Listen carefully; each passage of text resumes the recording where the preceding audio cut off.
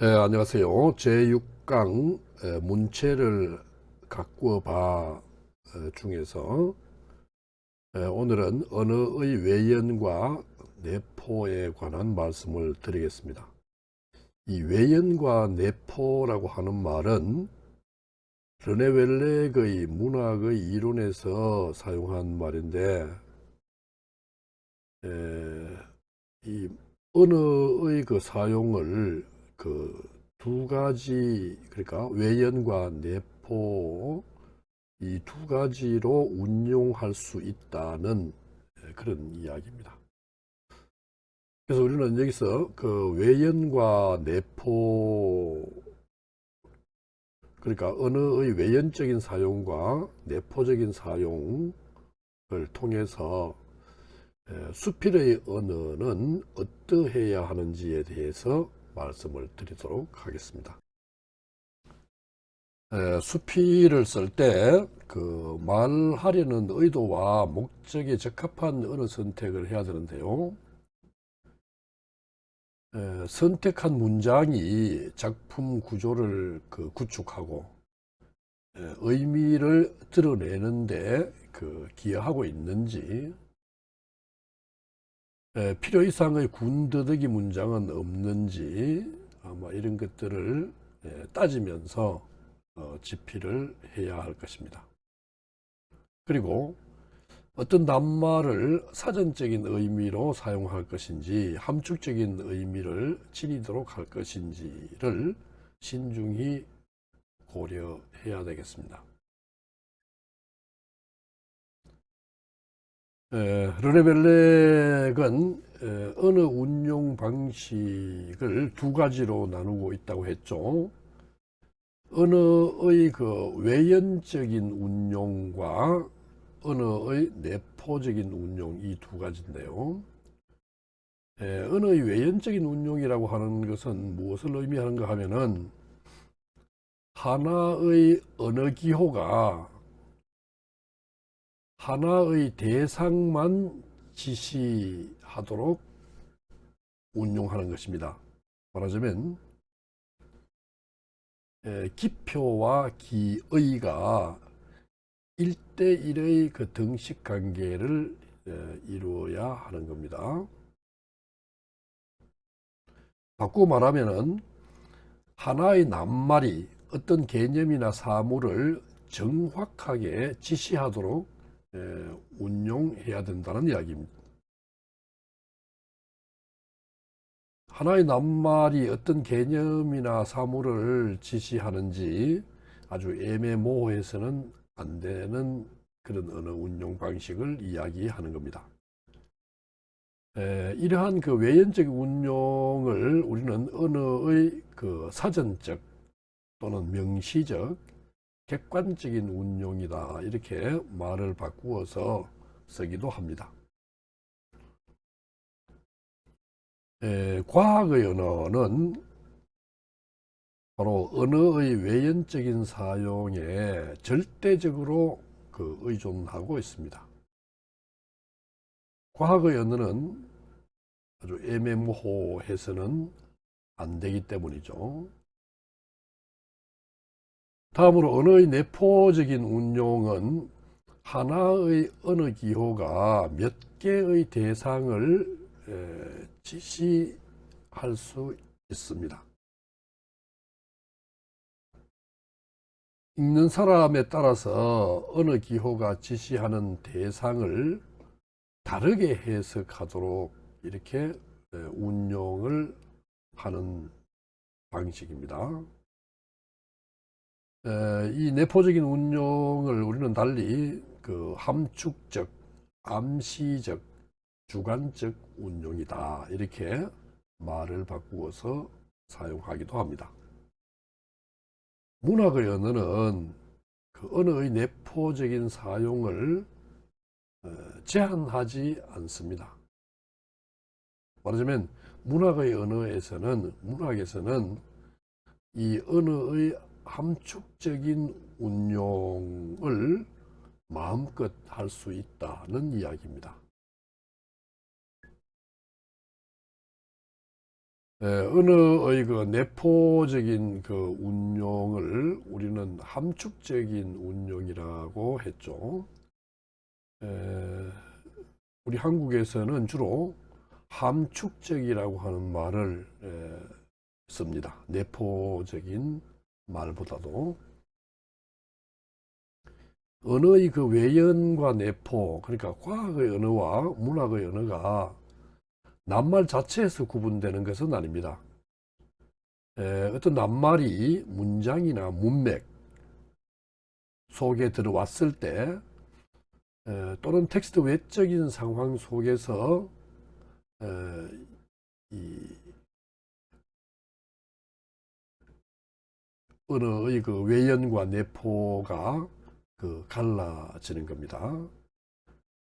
말하자면 명시적인 언어인지 또는 함축적인 언어인지 갈라진다는 이야기입니다.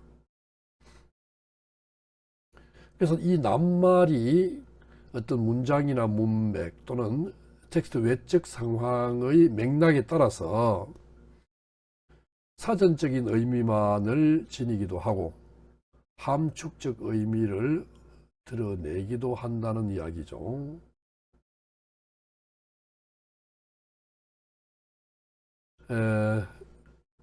우리가 텍스트 그 문맥 속에 들어와서 함축적인 의미를 획득하는 경우를 보면은 이제 우리는 스스로 껍데기를 벗고 나비가 되어 날 준비를 해야 한다라는 문장이 있을 때 이때 껍데기라든가 이 나비는 이 문장 속에 들어와서 텍스트의 문맥 속에 들어와서 사전적인 의미를 넘어서서 어떤 다른 함축적인 의미들을 지니고 있는 것입니다. 길을 가다가 어느 가구점 앞을 지나가고 있는데요. 가구점 앞 현수막에 이렇게 걸려 있었습니다. 사장님이 미쳤나 봐. 자, 이것은 텍스트 외적 상황, 그러니까 그 길거리에 현수막을 달았다든가 이렇게 했을 때는 어떤 함축적인 의미를 획득하지 못했겠죠. 그런데 가구점 앞에 이렇게 그 현수막을 달아 놓으니까 그 외적 상황이 어떤 그 함축적인 의미를 획득하게 만듭니다.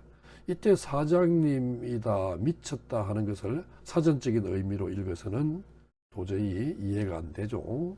아마 사장님이 미쳤다고 할 정도로 가구의 가격을 대폭 싸게 해서 판매한다, 뭐 이런 의미를 지니고 있겠다.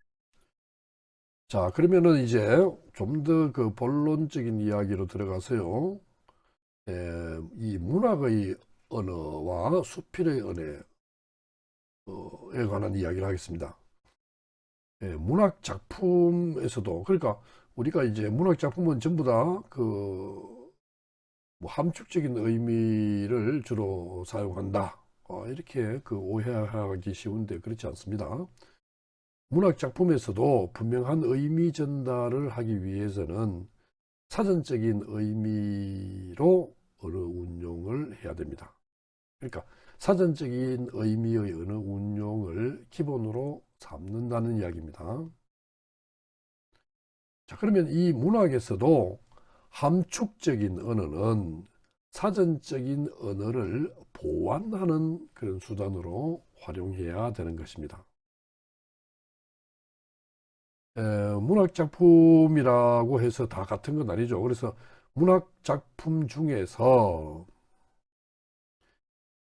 이 문학 중에서 함축적인 언어 사용을 극대화하고 있는 장르가 서정시죠. 반면에 이 함축적인 언어 사용을 극소화하는 장르가 수필입니다. 이 수필은 근본적으로 외연적인 언어 운용, 그러니까 명시적, 사전적인 언어 운용인 그 설명적인 진술 방식에 의존하는 교술 장르이기 때문입니다. 다시 강조합니다. 수필은 설명이라고 하는 진술 방식에 의존합니다. 주로 그 사전적인 의미를 사용하는 것입니다.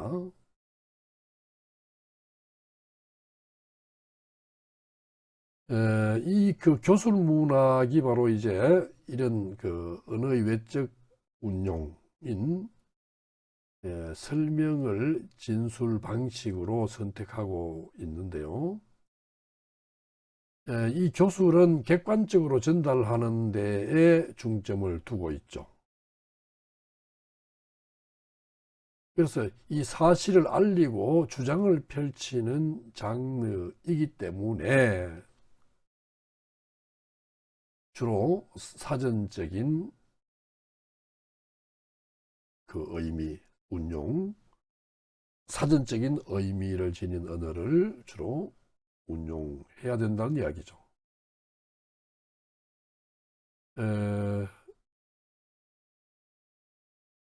이 객관적으로 전달, 그러니까 애매모호해서는 곤란하다는 이야기죠. 이 객관적인 사실을 우리가 전달하고 또는 주장을 펼치는 데 있어서 설명이라고 하는 진술 방식이 그 가장 유용합니다. 진술 방식에는 네 가지가 있죠. 설명과 논증과 묘사와 서사, 이 네 가지 진술 방식이 있는데 그 중에서 수필은 설명이라고 하는 진술 방식을 주로 활용한다는 이야기입니다. 그래서 수필서기에서는 사전적인 의미만을 지닌 언어의 외적 운용을 기본으로 삼고 있다, 이렇게 말씀드릴 수가 있겠습니다.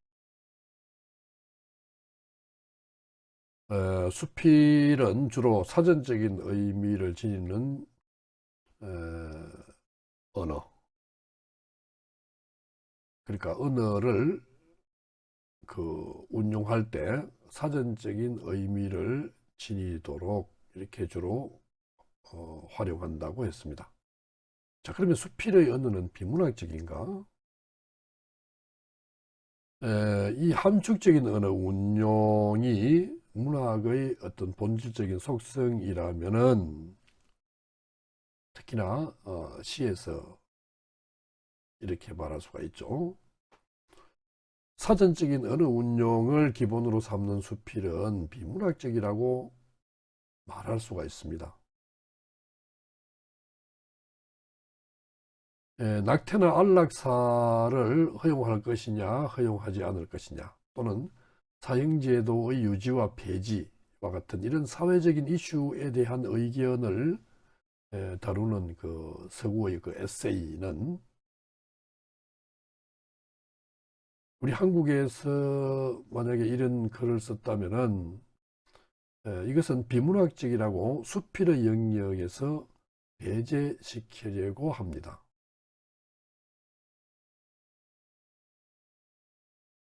서구에서 사실 에세이를 두고 이게 문학이냐 아니냐 하는 것을 그렇게 따지지 않죠. 또 이제 서구에서 그 이 에세이가 문학이라고 했을 때의 그 문학이라고 하는 개념은 굉장히 그 넓은 그 영역을 지니고 있습니다.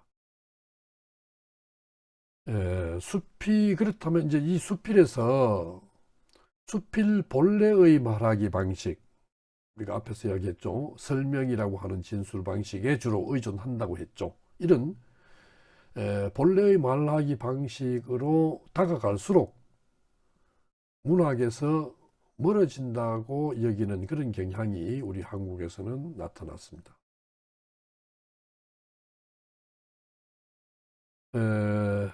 이 그 수필의 그 어떤 장르적인 특성을 생각을 했을 때 수필은 객관적인 전달, 분명한 전달을 하기 위해서 언어의 외연적인 사용에 충실해야 한다 하는 그런 생각과, 문학이기 위해서는 그 언어의 내포적 사용, 그러니까 함축적인 사용을 최대화해야 한다는 생각이 항상 팽팽하게 긴장을 유지하고 있는 것이 한국의 문학 현장입니다.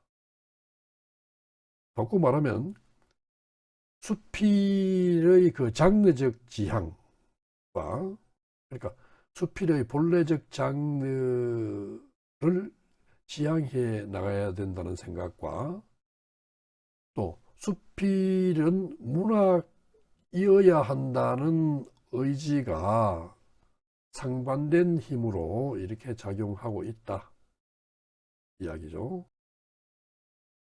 이런 긴장 속에서도 이제 수필을 문학에 기속시키려는 의지가 더 강하게 나타나고, 그것이 그 비문학적인 수필의 쇠퇴 현상을 가져왔다고 하겠습니다.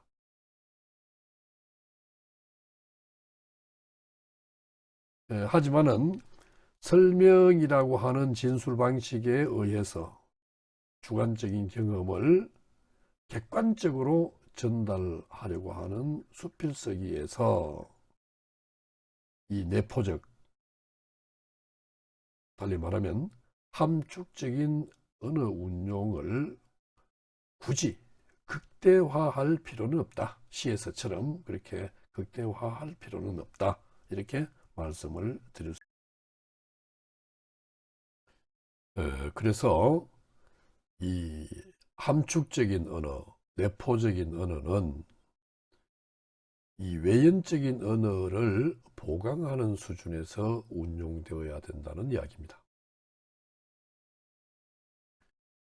수필은 본래 사전적인 의미를 지닌 그 일상어, 우리가 일상어는 의사소통을 목적으로 삼기 때문에 주로 거기에서 사용하는 언어들은 사전적인 의미를 지니고 있죠.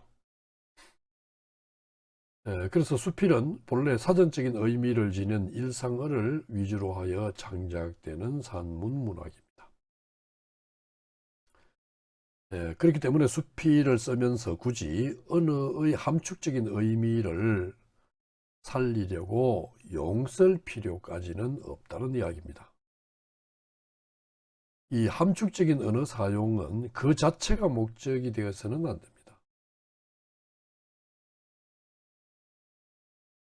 어떻게 하면은 언어를 함축적으로 그 운용할 것인가에 목적을 두어서는 곤란하다. 이 외연적인 언어, 그래서 이 함축적인 언어 사용은 외연적인 언어의 취지를, 사전적인 언어 사용의 취지를 강화하는 것이어야 한다는 이야기입니다.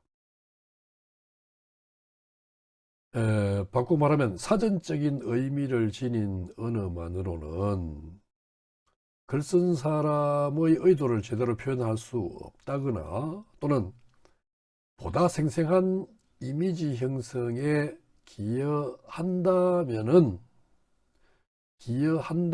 조건에서만 함축적인 언어를 사용해야 한다는 이야기입니다. 이 함축적인 언어는 뭐 상징이라든가 제규라든가 은유 등 이런 비유를 통해서 생성되죠. 그러면은 그 함축적인 언어를 적절히 사용한 그 글을 한번 살펴보도록 하겠습니다. 송병락 교수의 밖에서 보는 한국 시장이라고 하는 글의 한 일부분입니다. 자, 여기에서는 그 외국 투자자, 이 외국 투자자의 그 속성을 초원에서 풀을 뜯는 얼룩말이나 사슴떼에 비유해서 굉장히 명쾌하게 전달하고 있습니다. 이 메타포를 통한 그 언어의 내포적인 운용이 얼마나 선명하고 생생한 힘을 발휘하고 있는지를 단적으로 보여주는 그런 글이라고 하겠습니다. 참고해서 한번 읽어보시기 바랍니다. 그 다음에는 이제 이 함축적인 언어를 적절히 사용한 문학적인 글을 보면은 여러 가지 예들을 들을 수 있겠습니다만은, 저기서는 심선경 수필가의 바람 부는 날엔 하는 작품에서 한 부분을 가져왔습니다.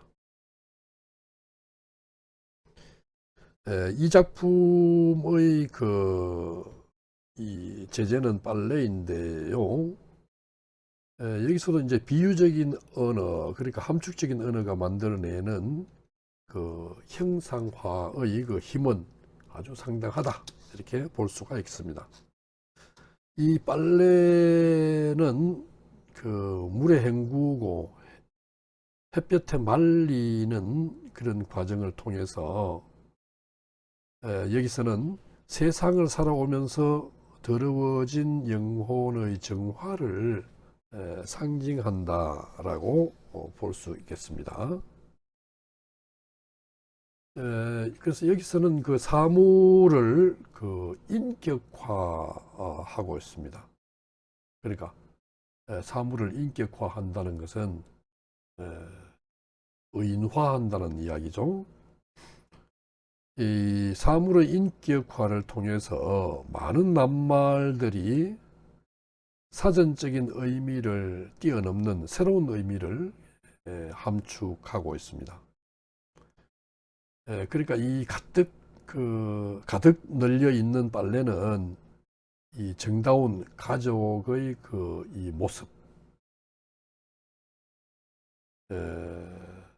또 빨랫줄은 그 가족의 단절감을 단박에 이어줄 혈육의 어떤 정으로, 또 바지랑떼는 온 식구들의 생계를 짊어질 가장의 이미지로 읽혀집니다. 이와 같이 빨래 가득 널려 있는 빨래라든가 빨랫줄이라든가 바지랑떼, 이런 것들이 다 이 문맥 속에 들어와서 사전적인 의미를 뛰어넘는 함축적 의미를 획득하게 되는 것이죠.